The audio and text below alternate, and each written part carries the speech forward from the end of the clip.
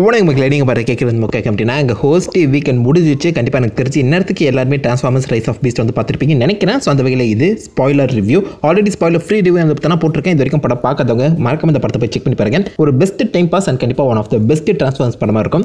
ஏகப்பட்ட மாஸ் மொமெண்ட்ஸ்லாம் வச்சு சூப்பராக விசிலடிச்சு என்ஜாய் பண்ணக்கூடிய அந்த மொமெண்ட்ஸ்லாம் உள்ள படத்தில் இருக்குது. ஸோ எத்தனை பேர் படம் பார்த்தீங்கன்னு சொல்லி தாச்சா மறக்க வைக்கலாம் காப்பிடுங்க. இப்போதைக்கு இந்த படத்தோட முழு ஸ்பாய்லர் ரிவ்யூ வந்து பார்த்துலாம். இது பம்பிள் பியோட கண்டினியூஷனாக இருக்குது. ஸோ பம்பிள் பியில் அந்த சிஜி அனிமேஷனுங்கிறத கொஞ்சம் டோன் பண்ணியிருந்தாங்க.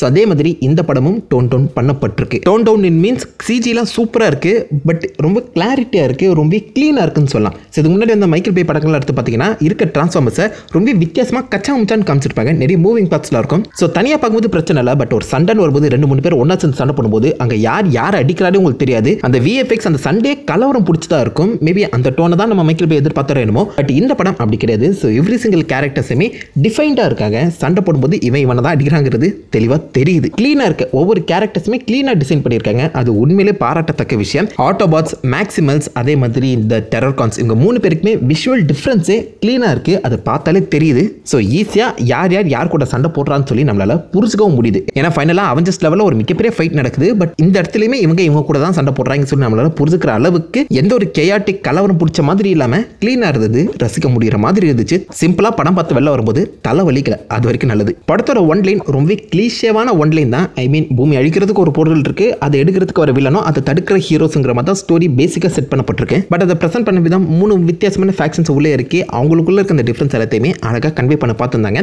பட் இதே மாதிரி நீங்கள் ஆயிரக்கணக்கில் படம் பார்த்துருப்பீங்க. பெரிய ட்விஸ்ட் அண்ட் டர்ன் எதுவுமே இல்லாமல் லீனியராக போகிறது இந்த கதைக்கு என்னை பொறுத்த வரைக்கும் ஓரளவுக்கு சப்போர்ட்டிவாக இருந்துச்சுன்னு சொல்லலாம். ஏன்னா நிறைய கேரக்டர்ஸ் இருக்காங்க, எல்லாருமே உங்களால் ஃபாலோ பண்ண முடியாது. இதில் ட்விஸ்ட் அண்ட் டர்ன்லாம் வச்சாங்கன்னா ஒரு கன்ஃபியூஷன் ஏற்பட தான் செய்யும். பட் இத்தனை கேரக்டர்ஸை ஈஸியாக மெயின்டைன் பண்ணி அந்த ட்விஸ்ட்டையுமே வச்சு கொஞ்சம் ஒரு வித்தியாசமாகவும் ஸ்டோரி ப்ரெசென்ட் பண்ணியிருக்கலாம். ஸோ ரிஸ்க் ரூட்டுக்கு போகாமல் அவங்க ரொம்ப சிம்பிளான ஒரு ஃபார்முலாவை ஃபாலோ பண்ணியிருக்காங்க. ஸோ அதனால் இந்த படம் ஒரு சேஃப் அண்ட் சவுண்டான டைம் பாஸ் படமாக அமைஞ்சிச்சு. அது ஒரு நல்ல விஷயம்னு சொல்லலாம். அதே மாதிரி நிறைய பேருக்கு ட்விஸ்ட் அண்ட் டர்ன் எதிர்பார்ப்பீங்க. அந்த வகையில் அதை நெகட்டிவ் பாயிண்ட்லையுமே ஆட் பண்ண முடியும். ஸோ உங்களுக்கு இது எந்த பாயிண்ட்ல இருக்குது? படம் இந்த லீனியராக இருக்கிறது நல்லா இருக்கா, இல்லை காம்ப்ளெக்ஸாக இருந்திருந்தால் நல்லா இருந்திருக்கும்? தாச்சை கீழே காமிப்படுங்க.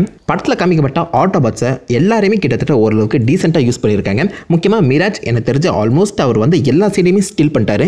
ஆப்வியஸ்லி மிராஜை பம்பிள் பிக்கான ரீப்ளேஸ்மெண்ட்டாக தான் கொண்டு வந்திருக்காங்க. பம்பிள் பியை மொதல் 20 நிமிஷத்தில் போட்டு தள்ளினது இந்த ஆடியன்ஸ் மத்தியில் ஒரு மிகப்பெரிய ஷாக் ஏற்படுத்தி இருந்தாலும் கண்டிப்பாக அவங்க எல்லாருக்குமே தெரிஞ்சிருக்கும் இவர் ரிட்டர்ன் ஆக போறாருன்னு. ஏன்னா எல்லா மார்க்கெட்டிங்லேயுமே இந்த பம்பிள் பியோட அந்த ஃபைனல் ஃபைட் எல்லாத்தையுமே இன்க்ளூட் பண்ணி தான் காமிச்சிருந்தாங்க.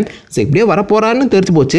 அதனாலேயே அவருடைய டெத்தை ரொம்ப பர்ஃபெக்டாக யூஸ் பண்ணியிருந்தாங்க. ஸோ இதில் ஸ்கர்ஜுங்கிற ஒரு வில்லனை அவ்வளோ அழகாக வந்து பார்த்தீங்கன்னா ஹேண்டில் பண்ணியிருந்தாங்க. ஒன் ஆஃப் த பயங்கரமான வில்லனாக வந்து காமிச்சிருந்தாங்க. ஸோ டிசெப்டிகான்ஸில் இது வரைக்கும் நாங்கள் ஏகப்பட்ட மெகாட்ரான் ஃபைட் வந்து பார்த்துருப்போம். பட் அவரை விட இந்த இடத்துல ஸ்கர்ஜை வில்லனாக காமிச்சது அவர் சொன்னதை செய்கிறாரு. நான் உனக்கு கொல்லுவேன்னு சொல்லி சும்மா போகாமல் அதே இடத்துல கொல்றாரு. எடுத்தோன்னே பம்பிள் பியை கொண்டாரு. இதுக்கு முன்னாடி வந்த அந்த மேக்ஸிமல்ஸ் உலகத்தோட ஃபைட்டில் கூட அந்த உலகத்தோட லீடராக தான் இருக்கணும் ஏப்லிங்க்குங்கிற ஒருத்தரை அசால்ட்டாக துவம்சம் பண்ணியிருப்பாரு. இவருடைய ஃபைட்டிங் ஸ்டைலுமே அவ்வளோ ப்ரூட்டலாக இருக்க மாதிரி காமிச்சிருந்தாங்க.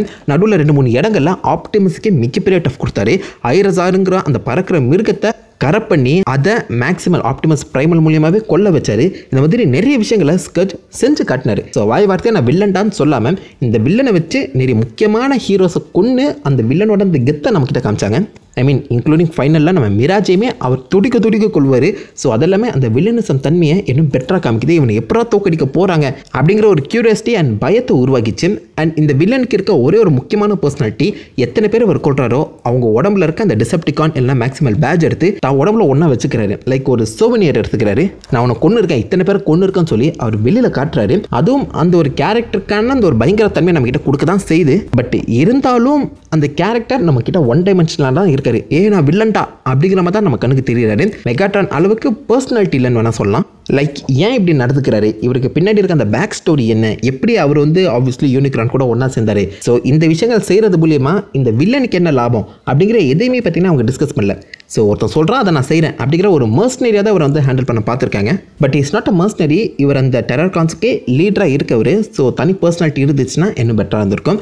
அண்ட் அந்த டெரர்கான்ஸ் பற்றி பேசும்போது இவர் மட்டும் தான் நம்ம மீட்டில் நிற்கிறாரு. இவர் கூடவே இன்னும் 2 வில்லன்கள் வந்திருப்பாங்க, night wing and battle drop. But அவங்க எந்த சீனில் இருந்தாங்க, எப்படி சண்டை போட்டாங்கன்னு உங்களுக்கு சத்தியமாக இப்போ வரைக்கும் ஞாபகம் இருக்காதுன்னு நினைக்கிறேன். அவ்வளோ அண்டர் யூஸ் பண்ணப்பட்டாங்க. ஸோ ஒரு புது டீம், ஒரு புது ஃபேக்ஷன் நம்ம கண்ணில் காட்டும்போது அந்த ஃபேக்ஷனுக்கு உண்டான பேக் ஸ்டோரி, அவங்களுடைய மோட்டிவேஷன் அண்ட் அந்த கேரக்டர்ஸ்க்கான டெஃபினிஷன் சொல்லி இது எல்லாத்தையுமே ப்ரெசென்ட் பண்ணால் தான் அந்த வில்லன் குரூப்புங்கிறது நம்ம மைண்டில் செட் ஆகும். ஸோ நார்மலாக படம் பார்க்கும்போது இந்த ஸ்கர்ஜுங்கிற வில்லன் தனித்து இருக்க முடியும், அவரை எதிர்த்து 10 பேர் சண்டை போடுற மாதிரி தான் ப்ரொஜெக்டே பண்ணப்பட்டிருக்கு. ஸோ அப்படி ப்ரொஜெக்ட் பண்ணும்போது அந்த வில்லன் இன்னும் சூப்பர் டிஃபைண்டாக காமிச்சிருக்கலாம், அது நல்லா இருந்திருக்கும். அவரையும் ஒழுங்காக காமிக்கல, யூனிக்ரானோட அந்த மோட்டிவேஷன், அவருடைய இந்த பேக் ஸ்டோரியும் ஒழுங்காக காமிக்கப்படல. ஸோ ஏதோ 2 பேர் திடீர்னு வந்து சண்டை போடுறாங்க, அவங்களை எதிர்த்து ஆட்டோபாஸ் நிற்கிற மாதிரி தான் நமக்கு வந்து ஃபீல் ஆகுது. ஸோ அந்த வில்லனுக்கான டெஃபினிஷன் அழகாக கொடுத்து தான் இன்னும் மைண்டில் பர்ஃபெக்டாக சிங்க் ஆகியிருப்பாரு. அதே மாதிரி தான் இந்த படத்தோட டைட்டில் ரைஸ் ஆஃப் பீஸ்ட்னு இருந்தாலும் இந்த படத்தில் பீஸ்ட்டை ஒழுங்காக யூஸ் பண்ணல. ஆப்வியஸ்லி நம்ம ஆப்டிமஸ் பிரைமல் அண்ட் ஐராசார் இவங்களுக்கான அந்த காம்பினேஷன் அண்ட் அவங்களுக்கு உண்டான அந்த சீன்ஸ்லாம் நல்லா தான் இருந்துச்சு. ஆப்டிமஸ் பிரைமல் தான் கொஞ்சம் அதிக ஸ்க்ரீன் டைம் வாங்கியிருக்காருன்னு நினைக்கிறேன். முக்கியமாக நடுவில் அந்த ஐராசார் பறந்து போகும்போது அவரை துரத்தி பிடிச்சி அவளை சாக்ரிஃபைஸ் பண்ணும்போது ஒரு சீக்வன்ஸ் அமைக்கப்பட்டிருக்கும். ஸோ அந்த ஒரு இடத்துல ஆப்டிமஸ் பிரைமல் தன் டீமை பற்றி எவ்வளோ கவலைப்படுறாரு, எந்த அளவுக்கு அந்த டீமில் அதிகமான பாசம் வச்சிருக்காரு, எந்த அளவுக்கு லாயலாக இருக்காருங்கிறத தெளிவாக காமிச்சிட்டாங்க. ஃபைனல் பேட்டில் அப்போ கூட அவர் அந்த டீமுக்கு முன்னாடி ஓடி போய் இவர் சொல்கிற கமாண்டுக்கு ஏற்ற மாதிரி தான் அந்த மேக்ஸிமஸும் சண்டை போடுற மாதிரி ப்ரெசென்ட் பண்ணியிருப்பாங்க. ஸோ இந்த பக்கம் எப்படி ஆப்டிமஸ் பிரைமோ அந்த பக்கம் ஆப்டிமஸ் பிரைமலுங்கிற அந்த ஒரு லாயல்ட்டியும் லீடர்ஷிப்பையுமே பார்த்தீங்கன்னா சூப்பராக எஸ்டாப்ளிஷ் பண்ணிட்டாங்க. ஆப்டிமஸ் பிரைமும் மனிதர்கள் மேலே ஒரு சின்ன நம்பிக்கை வைக்கணுங்கிற ஒரு தாட்டையுமே ஆப்டிமஸ் பிரைமல் கிட்ட தான் எடுக்கிற மாதிரியும் சொல்லப்பட்டிருக்கும். அவருடைய இந்த அனிமேஷன் ப்ளஸ் அவர் இந்த பேட்டில் ஃபார்முக்கு மாறுறதுன்னு சொல்லி எல்லாமே ரொம்ப நல்லா இருந்துச்சு. பட் அந்த பீஸ்ட் குரூப்பை எடுத்து பார்த்தீங்கன்னா ஆப்டிமஸ் பிரைமல் மேலே மட்டும் தான் ஃபோக்கஸ் போடப்பட்டிருக்கு. ஐராசாரோட அந்த பேட்டில் ஃபார்மே நம்ம கண்ணில் காமிக்கல. Rhinox and Cheetor literally junior artist வந்து பின்னாடி தான் நின்றுருந்தாங்க. 2 பேருக்குமே ஒரு 2 டைலாக் தான் கொடுக்கப்பட்டிருந்துச்சு. ரைனாக்ஸ் கத்துறது மட்டும் தான் ஞாபகம் இருக்கு. இந்த படத்தில் ரைஸ் ஆஃப் பீஸ்ட்னு வச்சு பீஸ்டுக்கான அந்த ஸ்க்ரீன் டைம் எடுத்து பார்த்தீங்கன்னா ஒரு 10 நிமிஷத்துக்குள்ள தான் இருக்கும். இத்தனைக்கும் பல லட்சம் வருஷங்களுக்கு முன்னாடியே அவங்க பூமிக்குள்ள வந்த மாதிரி தான் சொல்லப்பட்டிருக்கு. ஸோ அத்தனை வருஷங்கள் அவங்க என்ன பண்ணிட்டு இருந்தாங்க சொல்லி அதுக்கான பேக் ஸ்டோரியும் கொடுக்கப்படல. அவங்க உலகத்தில் என்னென்ன நடக்குது, அவங்க உலகத்தில் இவங்கள மாதிரி வேற ஏதாவது மிருகங்கள் ஆக்சுவலாக ரோபோட்ஸாக மாறுதான்னு சொல்லி ஏகப்பட்ட கேள்விகள் நம்மளுக்கு இருக்க தான் செய்யுது. அந்த உலகத்தையும் அழிச்சிட்டாங்க. அண்ட் அந்த மேக்ஸிமஸ் பற்றின அந்த பேக் ஸ்டோரி நம்ம கிட்ட தெளிவாக கொடுக்கல. டைட்டில் மட்டும் ரைஸ் ஆஃப் பீஸ்ட், பட் படத்துக்குள்ள பீஸ்ட்டுக்கான அந்த ஸ்க்ரீன் டைம்ங்கிறது ரொம்பவே கம்மி. ஒழுங்காக யூஸ் பண்ணலையோங்கிற டவுட் தான் வந்துருச்சு. ஸோ இதுக்கு முன்னாடி யூஸ் பண்ண மாதிரி ஆட்டோபாஸுக்கு தான் அதிகமான ஸ்க்ரீன் டைம் கொடுத்து வழக்கம் போல ஒரு ஸ்டோரியை அதை வந்து ப்ரெசென்ட் பண்ண பார்த்துருக்காங்க. ஸோ பீஸ்ட்டை மட்டும் ஃபோக்கஸ் பண்ணி எனக்கு தெரிஞ்சு பீஸ்டோட பார்வையிலிருந்து இந்த ஆட்டோபாட்ஸ் அண்ட் டெரர்கான்ஸோட ஃபைட்டை காமிச்சிருக்கலாம். பீஸ்டோட பார்வையிலிருந்து இந்த யூனிக்ரான் யாருங்கிறதையுமே நம்மளுக்கு எக்ஸ்பிளைன் பண்ணியிருக்கலாம். அது இன்னும் பெட்டராக இருந்திருக்கும், இன்னும் இந்த படத்தை கிரவுண்ட் பண்ணியிருக்கும். அந்த டைட்டிலுக்கு ஜஸ்டிஃபைடாக இந்த ஒரு படம் அமைஞ்சிருக்கும். பட் உண்மையில சொல்ல போனால் அந்த டைட்டில் வேற படம் வேற அப்படி தான் நீங்கள் சொல்லணும். ரைஸ் ஆஃப் ஆட்டோபாட்ஸ் தான் இந்த படத்தோட டைட்டிலுக்கு பெர்ஃபெக்ட் சூட்டாக இருந்திருக்கும் நினைக்கிறேன். ஏன்னா ஆட்டோபாட்ஸ் எப்படி மனிதர்களை நம்புறாங்க, முக்கியமாக ஆப்டிமஸ் பிரைம் மனிதர்கள் மேலே வச்சிருக்க அந்த நம்பிக்கை அண்ட் அவங்க எப்படி இந்த உலகத்தை காப்பாற்ற முடிவெடுக்கிறாங்கன்னு சொல்லி எல்லாத்தையுமே ஆட்டோபாட்ஸ் பாயிண்ட் ஆஃப் வியூல தான் சொல்லப்பட்டிருக்கு.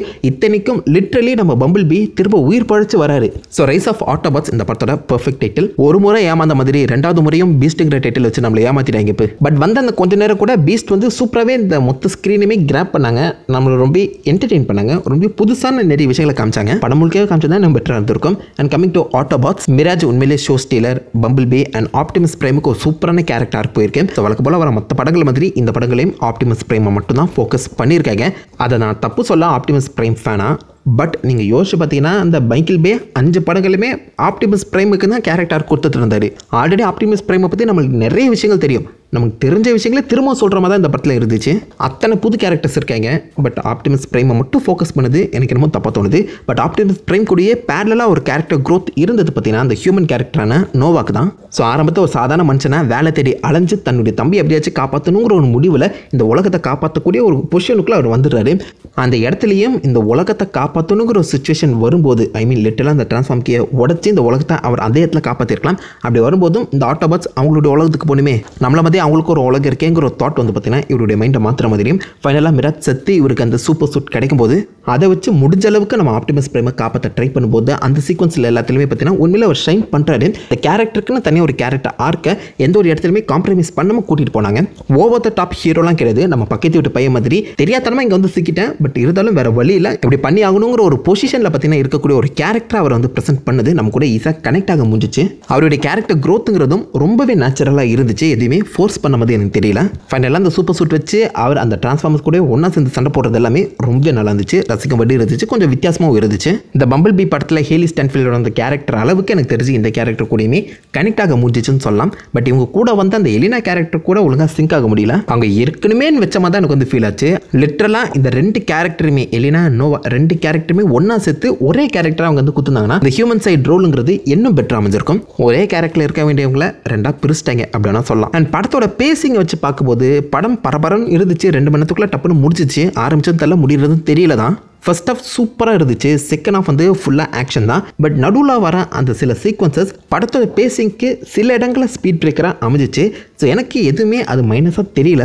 ஏன்னா படம் முழுக்கவே பறந்து சுட்டுட்டு இருக்க முடியாதுல்ல. ஸோ கதைங்கிற ஃப்ளோவும் நம்மளுக்கு தேவை தான். பட் 2 நிமிஷத்தில் முடிக்க வேண்டிய ஒரு சீக்வன்ஸை 5 நிமிஷம் எக்ஸ்டெண்ட் பண்ணது தான் எனக்கு தெரிஞ்சு ஒரு மைனஸாக சொல்ல முடியும். அது அந்த படத்தோட பேசிங்க நடுவில் மட்டும் கொஞ்சம் லேக் அடிக்கிற மாதிரி வச்சுச்சு. லேக்னு சொல்ல முடியாது, கதைக்கு தேவையான விஷயங்களை தான் அவங்க பேசிகிட்டு இருக்காங்க. பட் கொஞ்சம் ஸ்லோவாக சொல்கிறாங்க. எனக்கு தெரிஞ்சு 2 நிமிஷத்தில் அந்த சீக்வன்ஸை முடிச்சு மேக்ஸிமல்ஸோட ஸ்டோரியை இன்னும் கொஞ்சம் ஒரு 10 நிமிஷம் எக்ஸ்டெண்ட் பண்ணியிருந்தால் படம் உண்மையிலே செம்ம பேலன்ஸ்டாக இருந்திருக்கும். அண்ட் எல்லா கேரக்டர்ஸுக்குமே ஜஸ்டிஃபிகேஷனுங்கிறது கொடுக்கப்பட்டிருக்கும். ஆட்டோபாட்ஸை மட்டும் ஃபோக்கஸ் பண்ண மாதிரி படம் இருந்திருக்காது.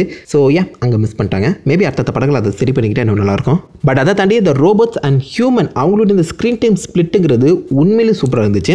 இது வரைக்கும் அந்த படங்கள்லேயே இந்த படத்தில் அந்த ஸ்க்ரீன் டைம் பேலன்ஸை சூப்பராக ஹேண்டில் பண்ணியிருந்தாங்க. பார்ப்போம் அடுத்த படங்கள் அதை கண்டினியூ பண்ணுறாங்களா இல்லையான்னு. அண்ட் படம் ஒரு கம்ப்ளீட் படமாக ஃபீல் ஆச்சுங்க. பிகாஸ் ஆப்வியஸ்லி யூனிக்ரான் இன்னும் உயிரோட தான் இருக்காரு, அவரை கம்ப்ளீட்டாக டிஃபீட் பண்ணலை. பட் இந்த படத்தில் இவங்களுக்கு வந்து அந்த த்ரெட்டை அழிச்சு இந்த படத்தை கம்ப்ளீட் பண்ணிட்டாங்க. ஸோ இதுக்கப்புறம் 2 படங்கள் வரப்போகுதுன்னு சொல்லி ஆல்ரெடி அவங்க வந்து டீஸ் பண்ணி வச்சிருந்தாலும் கிளிஃப் ஹேங்கரில் முடிக்காமல் ஒரு கம்ப்ளீட் படமாக முடிச்சது கண்டிப்பாக பாராட்டத்தக்க விஷயம். இது ஒரு முழு படமாக நீங்கள் ஸ்டாண்ட் அலோன் படமாகவே பார்க்கலாம். இதுக்கு முன்னாடி பம்பிள் பி பார்த்துருக்கணுங்கிற அவசியம் கூட கிடையாது. பார்த்துட்டு தான் நல்லது. அதை பார்க்காம நீங்கள் ஸ்டாண்ட் அலோன் படமாகவே பார்த்து ரசிக்கக்கூடிய ஒரு படமாக இது அமைஞ்சிருக்கு. ஸோ சினிமேட்டிக் யூனிவர்ஸில் இப்படி படங்கள் வர்றது கஷ்டம். சம்ஹவ் இதை வந்து சூப்பராக எடுத்து கொடுத்துருக்காங்க. இந்த படத்தோட எண்டில் ஜிஐ ஜோ வந்து பார்த்தீங்கன்னா டீஸ் பண்ணியிருக்காங்க. So GI Joe separate cinematic universe அந்த பக்கம் ரன் ஆகிட்டு இருக்கு. ஒரு மிகப்பெரிய கிராஸ் ஓவர் வரப்போகுது. ஸோ அடுத்த படங்கள் ஜிஐ ஜோ கிராஸ் ஓவர் கூட அமைக்கப்படலாம். இந்த புது கேரக்டர் இவரை கூட நோவாவை கூட வந்து பார்த்தீங்கன்னா ஜிஐ ஜோட ஒரு மெம்பருங்கிற மாதிரி சொல்லலாம். ஜிஐ ஜோ செப்பரேட் ஃப்ரான்ச்சைஸ் உள்ள ஹீரோஸ் வில்லன்ஸும் சொல்லி நிறைய பேர் இருக்காங்க. அந்த விஷயங்கள் டிரான்ஸ்ஃபார்மர்ஸை குழப்பாமல் இருந்தால் சரி. ஏன்னா டிரான்ஸ்ஃபார்மர்ஸுக்குள்ளே நிறைய ஃபேக்ஷன்ஸ் இருக்குது. இப்போ தான் கொஞ்சமாக இன்ட்ரடியூஸ் பண்ணிட்டு இருக்காங்க. டக்குன்னு ஒரு மிகப்பெரிய கிராஸ் ஓவரை யாரும் கேட்கல, எதிர்பார்க்கவும் இல்லை. பட் கொண்டு வந்துட்டாங்க.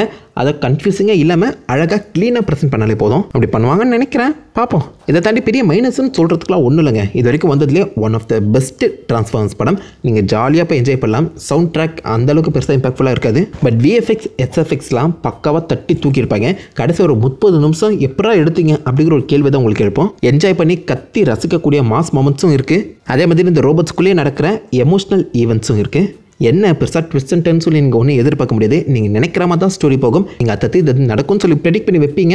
அதுக்கு வந்து தான் படமும் வந்து ஃப்ளோ ஆகிட்டு இருக்கும். பட் நீங்கள் அதை மைண்டில் ஏற்றாமல் ஜாலியாக இந்த படத்தை ஒன் டைம் பார்த்து என்ஜாய் பண்ணலாம். அண்ட் மைண்ட்லெஸ் ஆக்ஷனும் கிடையாதுங்க. அதையும் சொல்லி ஆகணும். சும்மா சண்டை போடுறதுன்னு சொல்லி சண்டை போடாமல் ஒரு காசுக்காகவும் ஒரு மோட்டிவ்காகவும் சண்டை போடுறாங்க. அதுவும் கொஞ்சம் ரசிக்கும்படி தான் இருக்குது. ஸோ படம் பார்த்தவங்களுக்கு என்ன சொல்ல வரேன்னு புரியும்னு நினைக்கிறேன். ஸோ நீங்கள் என்ன நினைக்கிறீங்க இந்த படத்தை பற்றி? உங்கள் தாட்ஸ், உங்களுடைய வியூஸ், எத்தனை பேருக்கு இந்த டிரான்ஸ்ஃபார்மர்ஸ் படம் பிடிச்சிருக்கு அண்ட் எத்தனை பேருக்கு இது ஃபர்ஸ்ட் டிரான்ஸ்ஃபார்மர்ஸ் படம், அந்த எல்லாத்தையுமே மறக்காம கமெண்ட் பண்ணிட்டு அந்த லைக் பண்ண தட்டி விடுங்க. நான் உங்களை நல்ல ஒரு அசமான வீடியோவில் மீட் பண்ணிட்டு இருக்கேன். Have fun guys. வட்டா